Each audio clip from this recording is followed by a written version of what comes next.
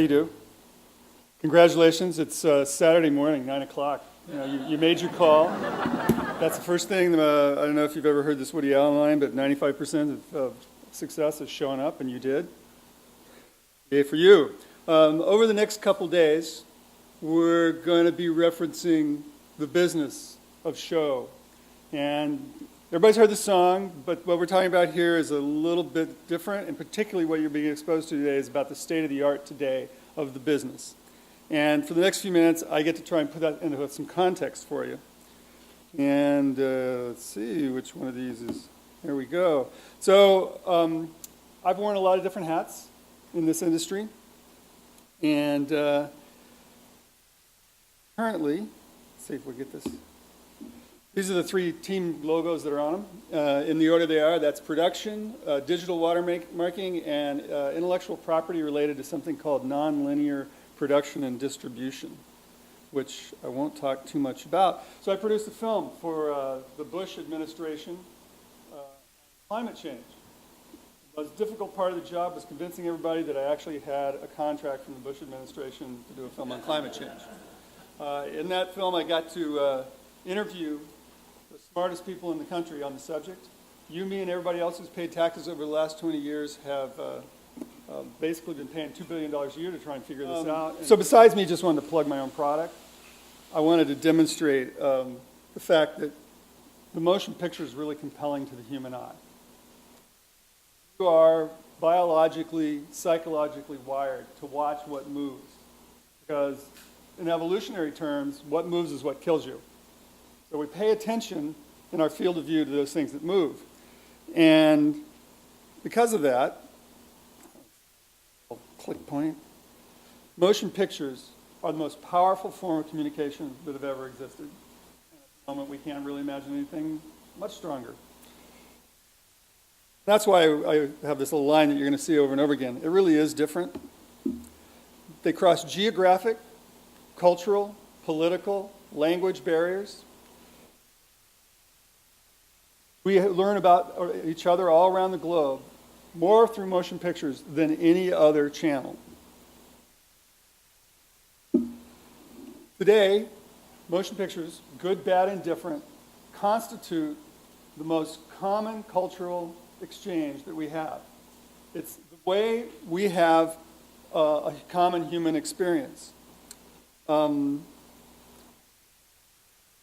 here watched a movie in the last 30 days? Who here didn't watch a movie in the last 30 days? It is a ubiquitous piece of human experience. Anybody here have a degree in this business, production? Something related? So maybe some of what we talked about here will be familiar to you. But the fact is that the thing most of us in this room have in common, and in fact in any gathering that isn't actually family, is that we've probably seen a motion picture. Star Wars, the original, the others, I don't call Star Wars, just the original Star Wars. A New Hope for those who are just born in the last 20 years. Titanic, Gone with the Wind, Wizard of Oz. Okay, this is the last time we're going to talk about content, but the fact is that those titles have been seen by more people than all the people in the world who saw Landing on the Moon, or any of the largest sporting or political events of your lifetime. Okay? And that's documented, the numbers of people who paid to watch those titles are bigger than the numbers of people who tuned in for free to watch, say, the last Super Bowl. So in human terms, motion pictures are the single commonality between the 6 billion of us on the planet. And that includes the fact that there's several billion who don't know what a movie is yet or don't really have availability to it. And the reason is not just that the form is really powerful, the business has been phenomenally successful. Phenomenally successful. Of the major companies that emerged near the beginning of the motion picture industry, all but one of them are cornerstones of the corporations they're a part of today. It is the single largest generator of foreign exchange to the United States. Okay? It's a phenomenally successful thing, and we're going to look at how did it get that way. Now, when they were invented, this little thing on the right, or the left over there, is a kinetoscope, was the main means by which you could go see it.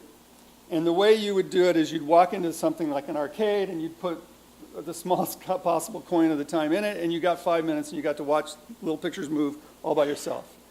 In really short order, we moved towards this model over here where you'd sit like this in the dark together.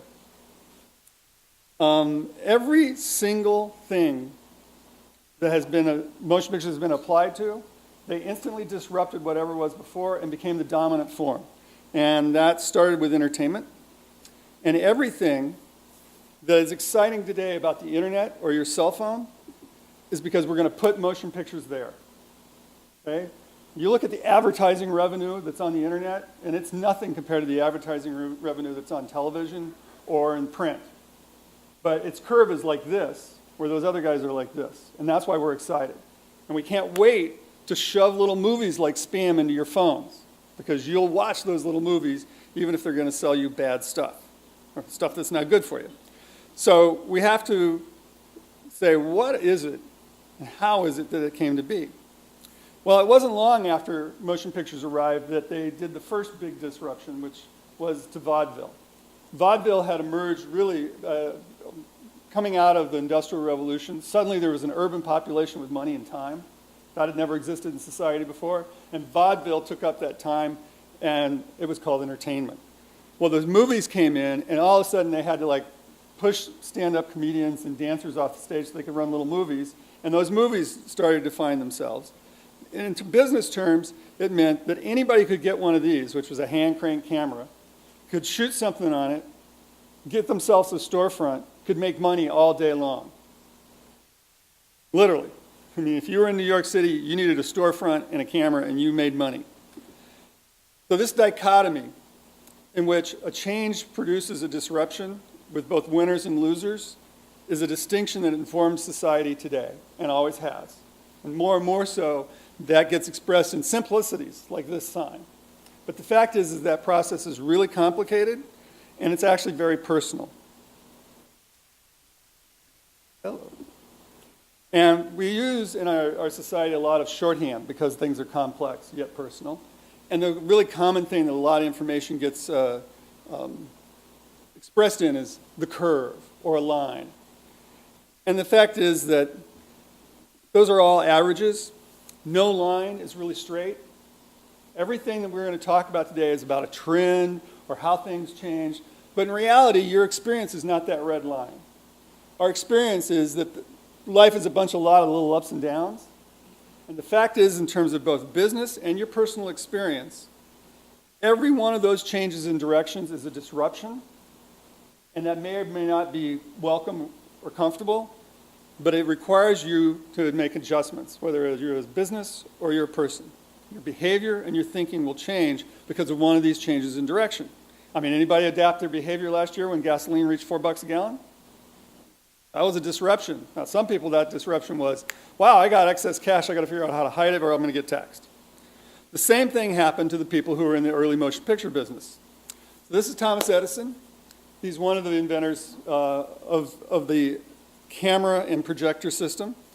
And besides creating a lot of things, stuff, he also invented a number of business concepts. And his first attempt to organize a system in the motion picture business was something called the Motion Picture Patents Company. That brought together all the holders of the relevant patents and the number one supplier of film at the time, which was Eastman Kodak. Now, the patent company's idea was they're going to get a royalty for every film that goes through every camera and every projector. Simple based, it was the film, had the pictures on it, and we'll just charge you when you use it. So they employed Pinkerton security to go around all those little storefronts, and using forceful persuasion as well as legal arguments and instruments, they enforced their claim. The company was successful in a couple ways. They standardized camera and projector formats. That was a really big deal. The early years, there were films of all different kinds of sizes, sprocket pitches. You weren't necessarily guaranteed that you could take something out of one box and put it in another.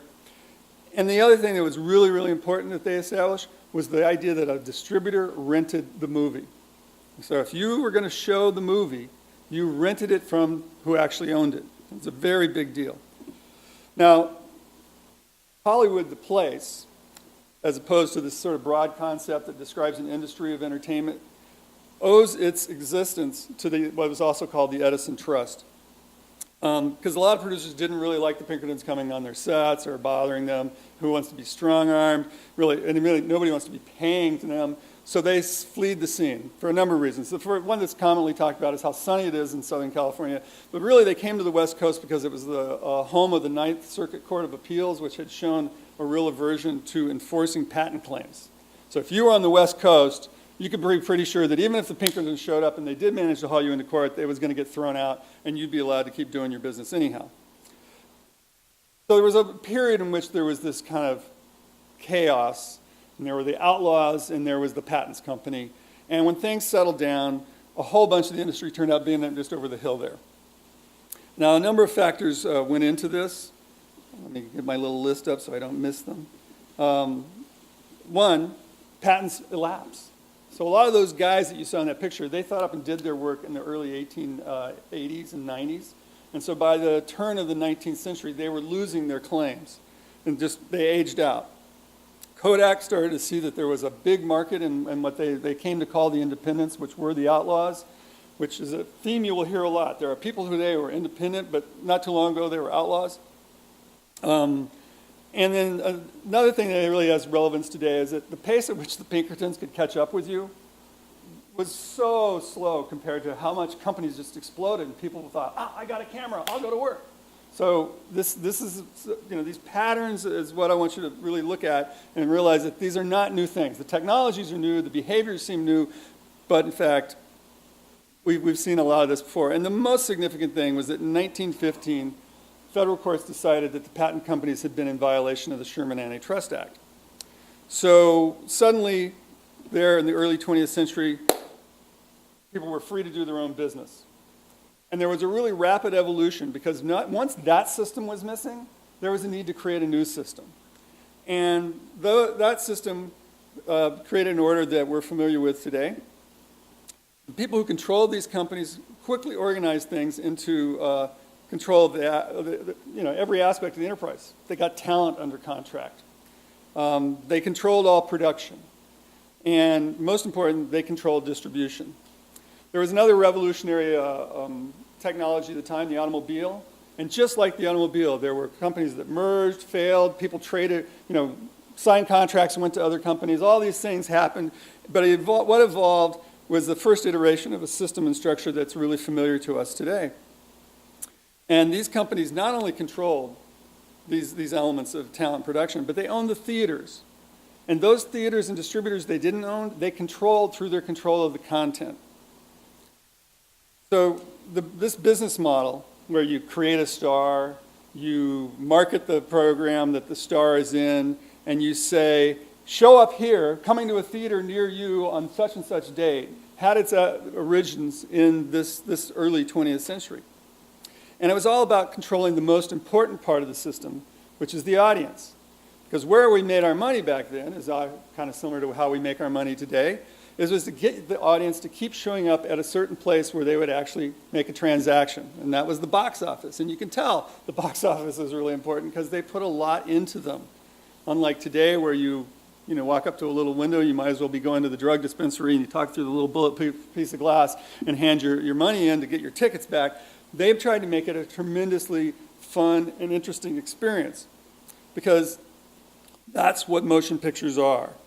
Okay? The product is not a film. It's an experience you have in a theater with a bunch of strangers. And they knew that, and they wanted to get you to show up as often as possible and have that wonderment that was seeing a movie. So this model would incorporate organization of labor, the introduction of sound, color, censorship, and transcend 2 world wars. And it peaked in the late 40s. Actually, the highest percentage happened during the Depression of Americans going to the theater. So in the 30s, in the midst of when everybody was supposedly broke, 65% of the inhabitants of the United States of America went to the theater at least once a week. Okay, imagine that, 65%. Today, that's less than 10%. So it was a pretty amazing success that they totally dominated the common experience of the country at the time. Now, there were two issues and one technology arose that started to challenge that. The first was an antitrust suit. I mean, they had a vertical integration. They owned every aspect of the scheme. So somebody put it together and sued. And in 1938, the courts issued a consent decree, which was to try and eliminate this monopoly, or at least allow some space for other people to come in.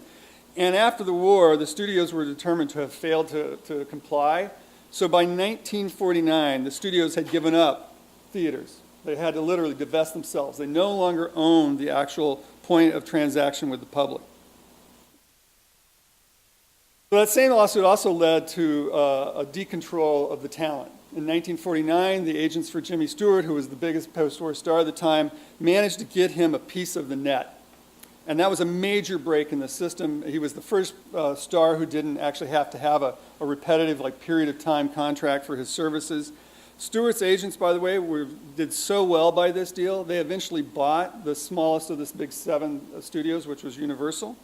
And the technology that came along was broadcast television. Now, I need to give you a little model here by which to think this, because this is the beginning of some significant changes that start to happen to the model. And this happens to be a famous club. Anybody recognize it? The Jonathan Club. It's right there on public property at the beach. And it's a pretty exclusive club. It was then, it is now. And I want you to think of this as the industry. What the industry has done over and over again is it has a club. And it puts up walls around, and it lets who gets in and who doesn't get in and who benefits by its membership under pretty serious control. And when television came along, you got to imagine it sort of blew up one corner of the wall, and all of a sudden anybody could run in or out. Right? It meant that they really didn't have that same airtight system. And this was pretty much the state of Hollywood in the 50s, which was when the mogul-driven period ended and the agent-driven period started. Now, as we come to television, first television was given the cold shoulder. Why would we, this is another thing that should really resonate well today. Why would we let people watch our product for free? Then they won't come to the theaters. Well, when talent started working there and capturing audience on a regular weekly basis, when there was another competition for content, and then, by the way, those television broadcast networks started offering to pay really good money. I mean, what seemed like absurd amount of money for what were essentially used movies. The studios decided to reconsider, and in fact, they built a new wing that encapsulated television and made it part of the club. Order was restored. Equally important, the notion that there was a time and place for you to show up and watch their product was significantly reinforced. The art of scheduling television down to the hour became a business all by itself, and which continues to this day. How smart are you about figuring out what the demographics are, who's actually done making dinner, what would they really want to see right then as opposed to later at night? Year by year, week at a time, this has been really, really important. And also what was born out of this was something that has come today to be called the window concept. We released the movie, also called the flagship product, into the theatrical market. We do it domestically, then we do it internationally. Some period later, we put it onto primetime television. It has a premiere. It gets the second and third run. Later, it goes into syndication. You can see it any afternoon or all night long. Okay? This was incredibly lucrative to the business, and things really were, once again, in order, and pretty much revenue grew, and while you can't say that everything was good, things were pretty great. There was nothing not so bad. Let's skip ahead to the 70s. We essentially can do the entire dance one more time with cable and the VCR. Cable blew up a corner of the club, and all of a sudden, people could produce and make their own product, sell it in their area that they didn't have any control over.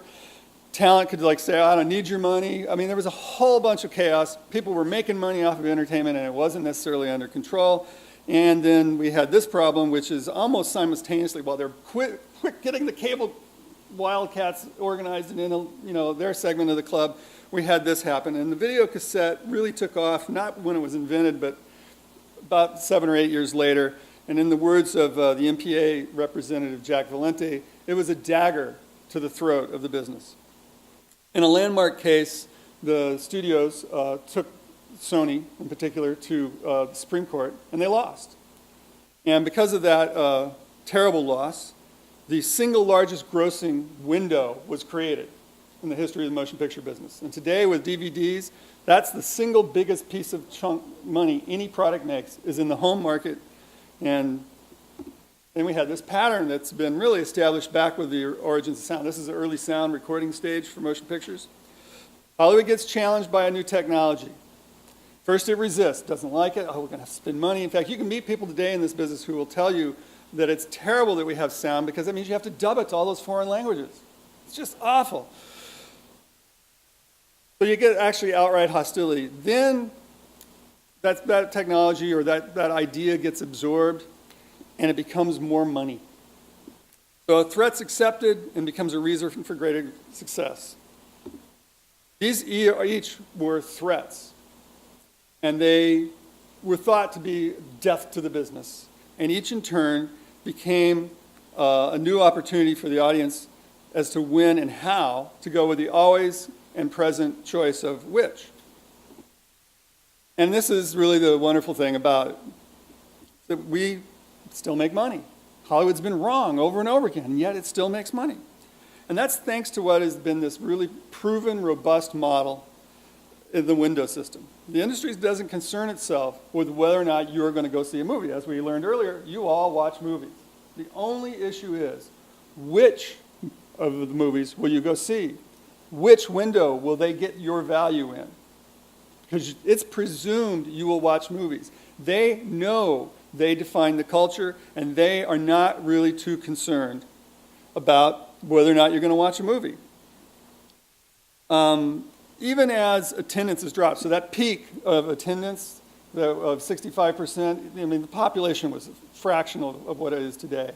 And yet, we've never approached those kinds of numbers of people actually going to theaters. Yet, because we charge more money, we still have a growing business. Even theatrical gate continues to go up. I'll bet business people and accountants would tend to call it flat. And then there's all these other ways that we make money, such as the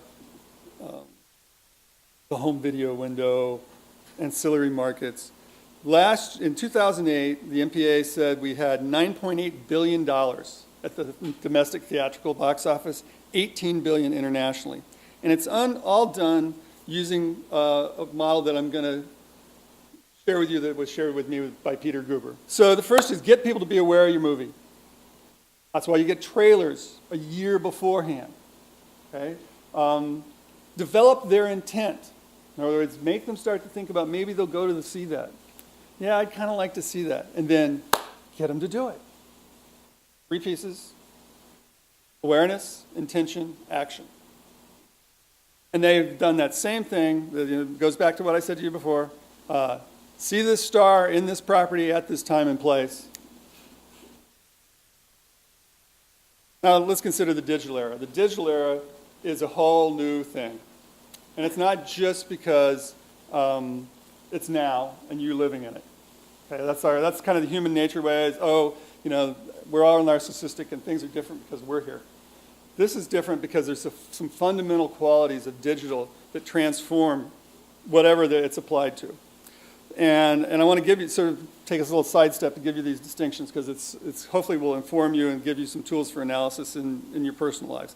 The first thing is that by definition, everything in the digital world gets reduced to a 0 or a 1. It's black, white, no shades of gray. It's a sampling of whatever reality. Things are on or they're off. They're 0 or 1. And in sound, you speak into like this microphone, and the experience you have in physical reality is a whole bunch of vibrations and frequencies that are physical in their representation. They go through a box and they come out 0s and 1s. So those little wiggly things become those little blue notches. The red line is your reality analog experience.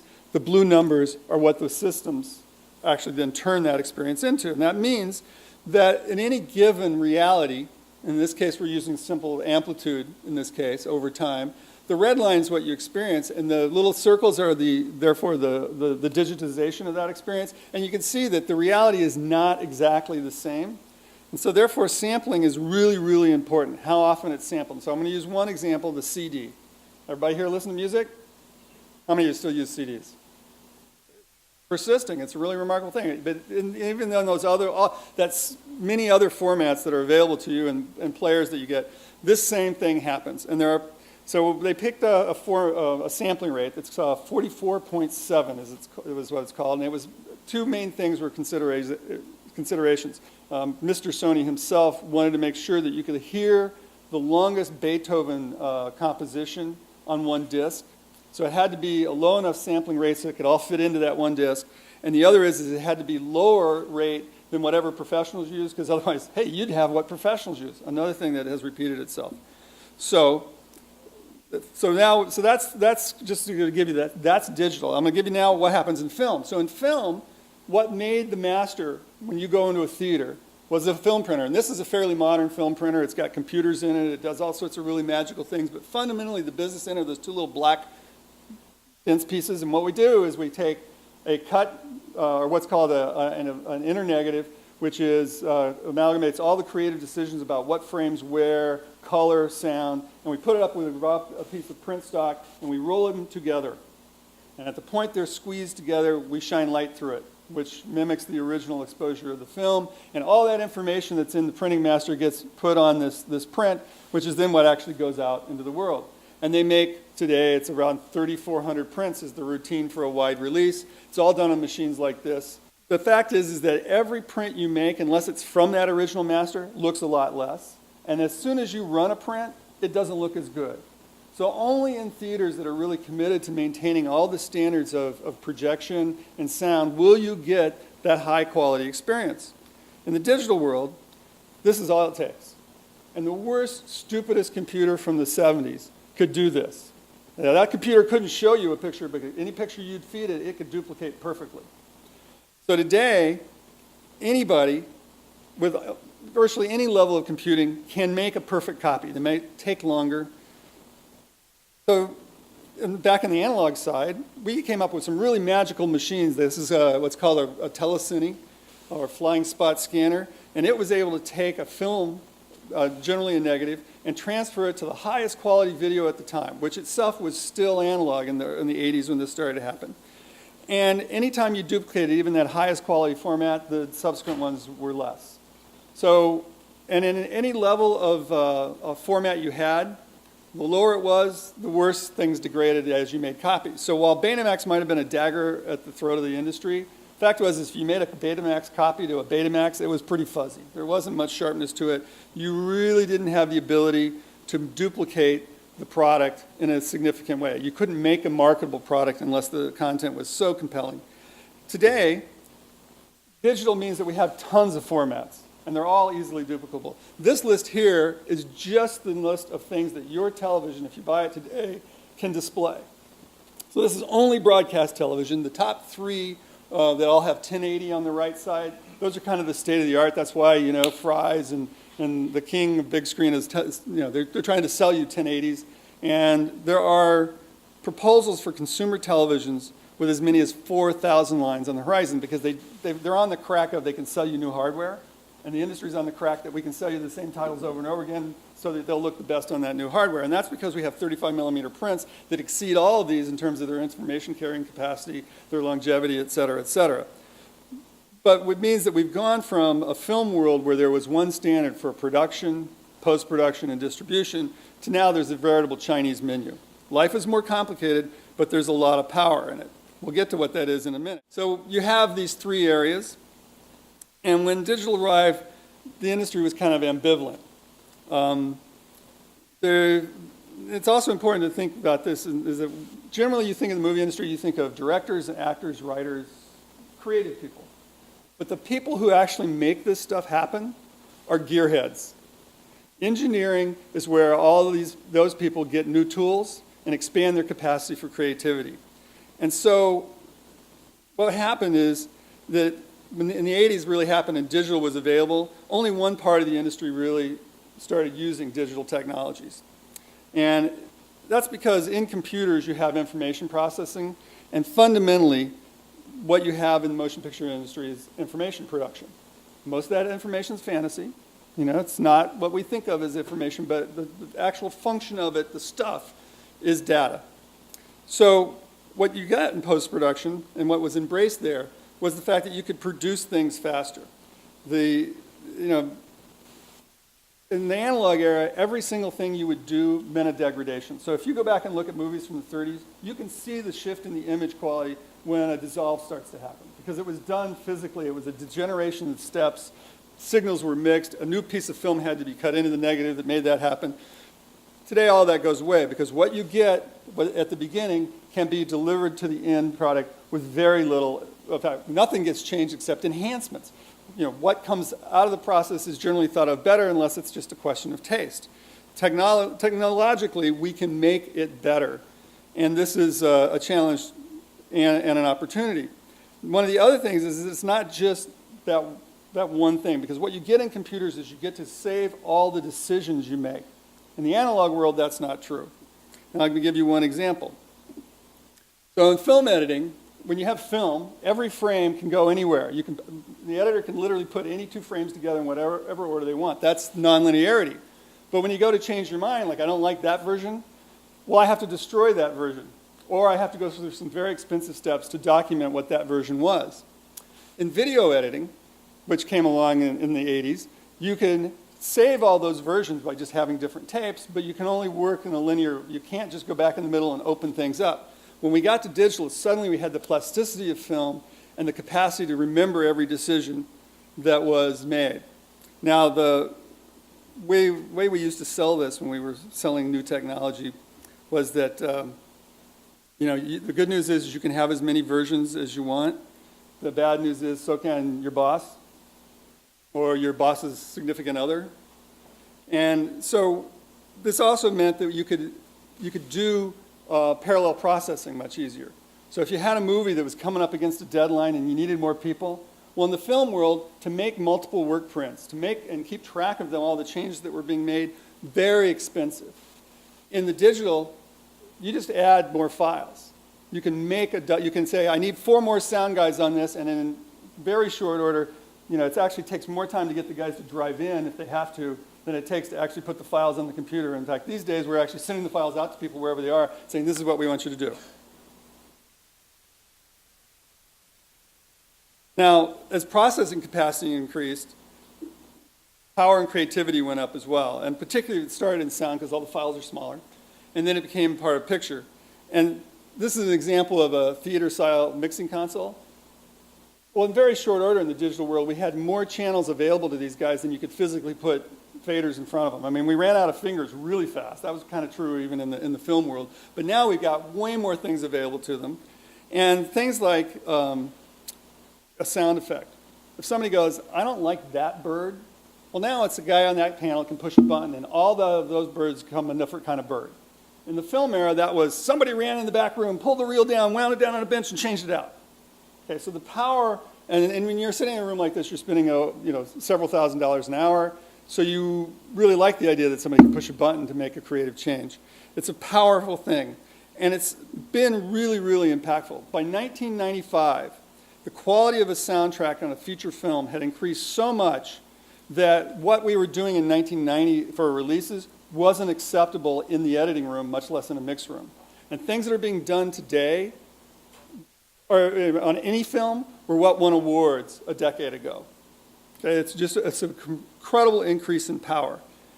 On the picture side, digital effects, everybody, you go see The Matrix and you go, wow, look at all that stuff. But the fact is that even in plain representational stuff, this is not what you think it is. Okay, the physical reality was when they shot this field, it was a gray day, and that sky was pasted in. Okay, you could have pasted this kid in too, but they didn't. But the point is that we can invent any reality we want, and it isn't just about what's fictional and not possible in this world. It's about creating things that look realistic and look enhanced and better than they really are. Period movies can go shoot on sets that have anachronistic features and they just get painted out. I personally was responsible for straightening and whitening the teeth of a star who refused to quit smoking or go to the dentist before we shot. Okay, this is not abnormal stuff. And what you ended up with all through the 80s and 90s was kind of a sandwich in which production and presentation was on film, and in the middle we used digital. Now, I don't want to suggest to you that that was easy, that transition. There were knockdown, drag-out battles at each stage of these transitions to just within the post-production community, because when the guy who rented out moviolas wasn't going to get moviolas rented out anymore, it was some guy renting out computers, Avids, and other machines, that meant somebody's lunch was being taken, and somebody's relationship inside the business was affected. And so that meant that people had a lot of issues, because nobody wants to experience that disruption. You know, everything in the world today, somebody benefits from. And I don't care how evil, white slavery might be, somebody's benefiting, and they're going to fight every effort to stop it. The same is, much easier to understand when, well, it's my business. I don't want you to mess with my business. Nobody, as the saying goes, wants their cheese moved.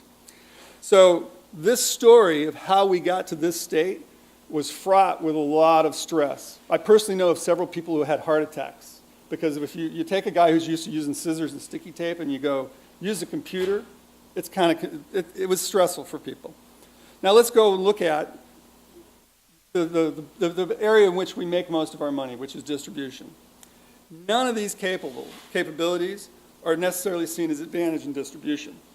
First and foremost, theft. Okay? We've never been piracy-free. Even in the film business, people used to steal reels, print them, and sell them on the side. Or they'd take reels that weren't in circulation or not, and they wouldn't actually go to salvage, they'd go to some pirate distributor. So the idea that there's this infinite capacity to duplicate, big threat. Okay? The other thing is that when you change the projection technology, you are going to challenge the existing business model for both the distributor and the theater owner. So back in this era, when this chunk of Star Wars stuff started happening, we started having such effects-intensive movies that we couldn't make film elements, even on a really low-quality basis, to deliver them into the environment for previews. So we took the best SVGA projectors, put them in a room, and showed people tape and files. And what we learned was people thought that was pretty good. No weave, no degradation, no scratches. And so the technology companies, in association with certain producers, particularly George Lucas, started to make a business case, which was if we can make digital presentations in just 1/3 of the most urban, dense theaters in the United States, we can save $1 billion a year, mostly on prints. Now consider in the year that we were talking about, 1999, the domestic theatrical market was $8.4 billion. The idea of saving $1 billion a year should have seemed like a pretty compelling number, except it wasn't. And you got to say, why not? Well, there's little incentive for the theater owner to go out and buy a new projector. This stuff works great. It's paid for. Changing to a digital projector doesn't sell more popcorn. Also, at the time, they had just all spent a lot of money putting in stadium seating. I don't know how many of you used to go to theaters that were flat like this, but in a lot of theaters today, they've bothered to tear everything out and put up these walls so you can all see over the person in front of you. That didn't bring any more money into the theater owners. So they were all paying off stadium seating, and they didn't have the money for that. So the technology companies came up with creative financing to transfer cash flow and the debt to third parties. And yet they still didn't get this. There was no movement until 2002, where they formed the Digital Cinema Initiative. That was the studios went to Congress. They got a special dispensation so they could actually collaborate. And these studios, and this is the little mission statement they had in which they sold to Congress. And so now they agreed we'll come up with a way to standardize. Well, it turns out that they didn't really feel comfortable with telling anybody what to do, so what they did was they came out with recommendations. And it was actually 2005 before they came up with these recommendations. So, and the transition's happening today. We're up to 17,000 theaters worldwide by the end of this year will be digital. But you have to ask yourself, it's been almost a decade. A decade of over 15% savings in a market, the flagship market. Could you pass up the opportunity to save $1 a year on something that you only get $10 from? I mean, that's a huge increase in your profitability, and yet this industry didn't do it. Okay? That's got to make you wonder, if it's about making money, why didn't they do that? And this is one of the many things that comes up to be resistance within anything that's established, is how we make money now, and all the little turfs that get settled, how people get paid, are a really important part of why we resist change. Now here are the advantages. You get the lower print cost, and a new bonus that's come up, and you're going to get to hear about today, is 3D projection. 3D presentations make more money. More people want to show up for them. It's a qualitatively improved experience, particularly today compared to what it was in the 50s. And they pay bigger ticket prices for them. The downside is you have multiple program sources. In other words, if a theater owner wants to show you a live performance or event, they can shift the theater at the flip of the switch. And they can change a tile from one to multiple screens based on who's showing up. Each of these changes means that for the distributor and content owner, the marketplace is less predictable. So the thing we call the internet changes markets in fundamental ways. And I've got a list of things, I'll read them to you. And they're all taken from a book called The Clue Train Manifesto. The Clue Train Manifesto was published in 1999. It was put on the internet for free. The next year, it was published as a book, and for the next 18 months, it was the #1 business book bestseller on Amazon. But once again, you have to say to yourself, if it's available for free, why do people pay for it? And yet that was true. Now, in this book, there's fundamentally the idea, the main thesis is that all markets are conversations, and the internet changes conversations in these fundamental ways. One, there's two-way communication. You and I have an infinite set of possibilities to communicate on the internet compared to any other channel that's ever existed before. There's no limit to who and what people and companies can relate to. You can relate to institutions, you can relate to individuals, you can relate to nonprofits. Every single entity that's out there is now available directly to you. This fundamentally changes everybody into being a customer instead of a consumer. I mean, anybody here think of themselves as being part of a demographic? Well, but you are. You fall in an age, sex. In the middle of the LexisNexis research categories, it's whether or not you buy fast food Mexican as opposed to fast food hamburgers. I mean, the distinctions are really fine when it comes down to a mass society like this. But you are you, and you don't really like being treated as anything but you. You don't really want to be part of a category. The internet makes it possible for you to do that. And it also makes it possible for you to want and get whatever you want, when you want it, any way, any place. What's that mean is that, like in home video, you can now have video on demand. You get to decide what you watch, when you watch it, and to a much greater degree than ever before, where you watch it. In the cellular world, you have the ability to watch a movie on your cell phone, and if you haven't watched that movie on your cell phone, you really don't want somebody to tell you when.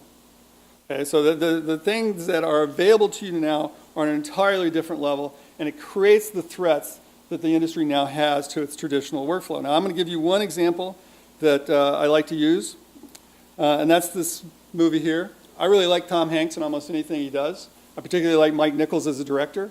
I love stories that are drawn from reality. All those things are present here. Unfortunately, I live in a little theatrical backwater. This movie came out in Christmas 2007. It was an Academy Award consideration kind of movie. And so I have 3 children, so between the holidays, 3 children in the backwater I live in, I missed it. Wasn't in the theaters. So in early 2008, I still wanted to see the movie, and it wasn't available to me. So I did what most of you would do. I've looked it up on Google. This is a recent Google on it. And the first thing I learned is, oh yeah, it's not in my theaters. Second thing I learned, there were a lot of sites that would tell me where there was a theater and sell me a ticket to it. Fandango is one of those. And again, I don't have the thing from the time, but this is another movie that's true. It's out right now, but it's not available, or it was out last week, but it wasn't in my market. So it gives you this sorry message. Then, of course, there was the movie's own website, which is really just marketing blurbs in the trailer. There's the production company's website, which is always going to show you what this week's releases for that production company are. And occasionally, if you scroll down, you'll see last month's releases, which is what I did with this movie. And then you have the domestic distributor, which was Universal. Once again, it's going to show you what's coming next week. If you dig really deep, you might find the page for what they put out last month, but good luck. And what I did learn was on the production company's website was a little thing that pointed out that what date they expected it to be on DVD. I'd already learned that I had put the movie on my Netflix, and it had said, you're going to see this in April.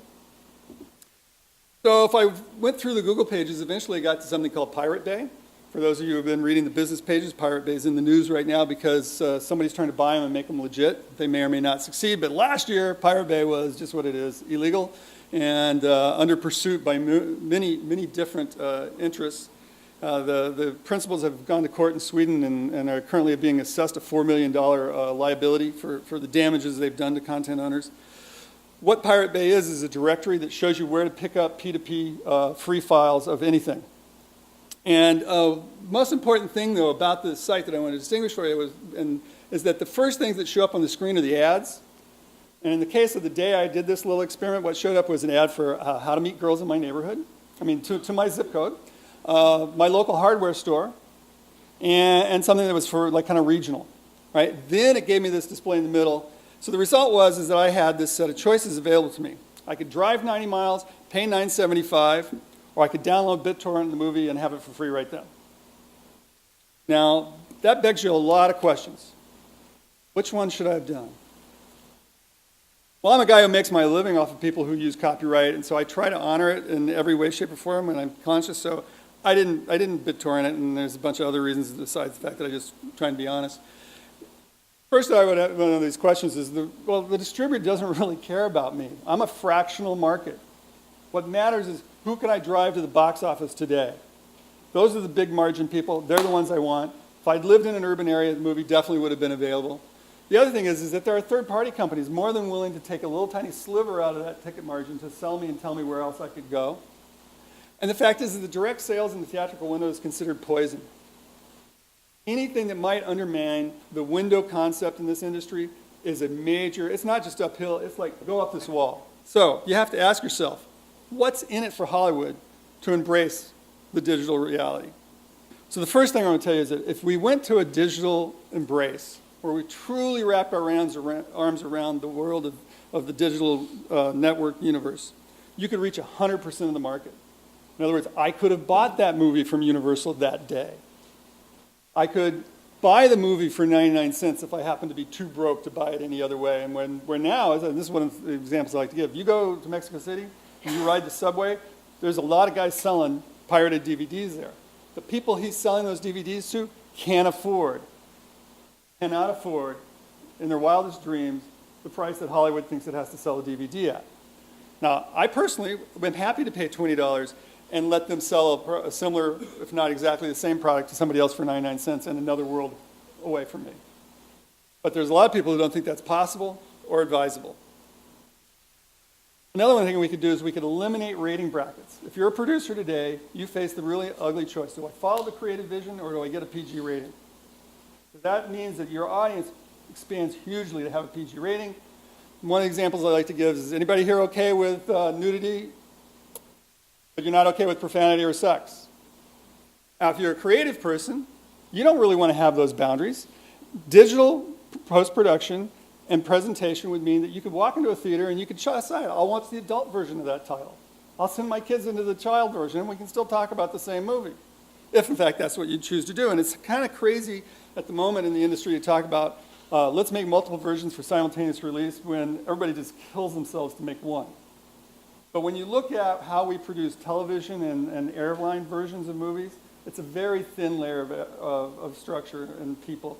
So doing this is not an impossibility, it's a conceptual issue. Collect at every price point. We can use the things that Amazon and Netflix do today. We can watch what you watch now and figure out what to offer you. One of the biggest sort of like throwaways in today's business model is marketing. That create intent thing, that is the equivalent of we walk out in the desert and we just sort of spread a hose and we get everything wet and we see what sprouts. And we hope that you'll come see a movie. Imagine as a producer, I could query 25 million people about, would you like to see this movie that I happen to have under license and I'm not deciding yet if I can develop it? I could actually know by the time I finish making the movie which 30 million people in the universe want to see it. And I could send them all an email instead of going, God, I hope people will show up. Should we do this ad campaign or that ad campaign? It would be much, much simpler. The other thing is that Hollywood, at best, as successful and as strong as it is, its batting average is really low. Any given year, you take the amalgam of all the studios, and if we're really generous, we can say they make 1 out of 10 are successful, and yet the business is really profitable. And why does it do that? Well, it's because it's already mastered the long tail. It already has sold its products over and over again. One of my favorite projects to have worked on was Waterworld. It was a lot of fun getting up every morning and going to work on a show where everybody was going, "That's nuts! Why are they making that movie?" You know, the morale issue there was far more important than what's the story. And yet today, Waterworld is in profit. Okay? The original Japanese investors in Waterworld get royalty checks. Okay, why? Well, let's see, they used it in tours. It's one of those movies you can see late night on scads of channels all over the world. So what Hollywood does really well is mine its losers continually. And yet, only 2% of all the titles that they have under copyright are actually available in the marketplace. Because to put things in the marketplace, particularly in the physical world, costs real money.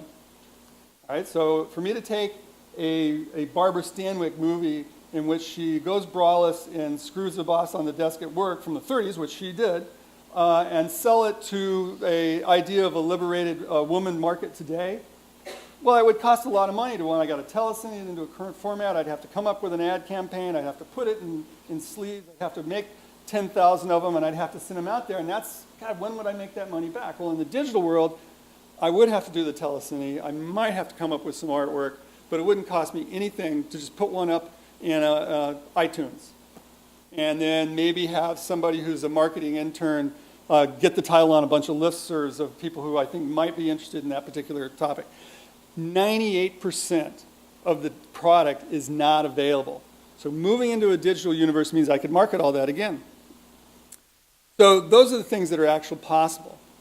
You know, these are huge revolutions in an incredibly successful business.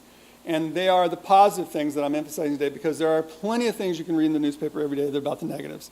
And I'm not interested in telling you about that. What I am interested in telling you is there really is a different business. It's not like any business that's ever come before it or any other business that exists today. It is more significant to the people of the world in terms of culture than any other single business. And it's totally disproportionate to its position economically. Okay, you take the total gross in North America of the motion picture industry, and it's a little less than the printing industry. None of you buy magazines to find out who printed, the catalogs last year. Okay, but lots of people are buying magazines to find out about, what's that director doing? I mean, nobody would have told you 20 years ago today that every morning, Monday morning news show would include the top grossing movie as a piece of news. And why? Because movies are significant. And everything that we are going to talk about this weekend is going to have an impact on how that business evolves. So whether you're a part of this industry or not, or you're just somebody who watches a movie every once in a while, your world is going to be impacted by this evolution in the business. I want to thank Vaughn for giving me the chance to rant like this. I want to thank you all again for showing up. You all have a leg up on everybody else in the class because they don't know any of these distinctions. So they're going to hear about 3D, and it's going to be pretty amazing, but it's not going to be in the same context and understanding you all have. So good for you. And that's not just me bragging about myself. So you lost out. You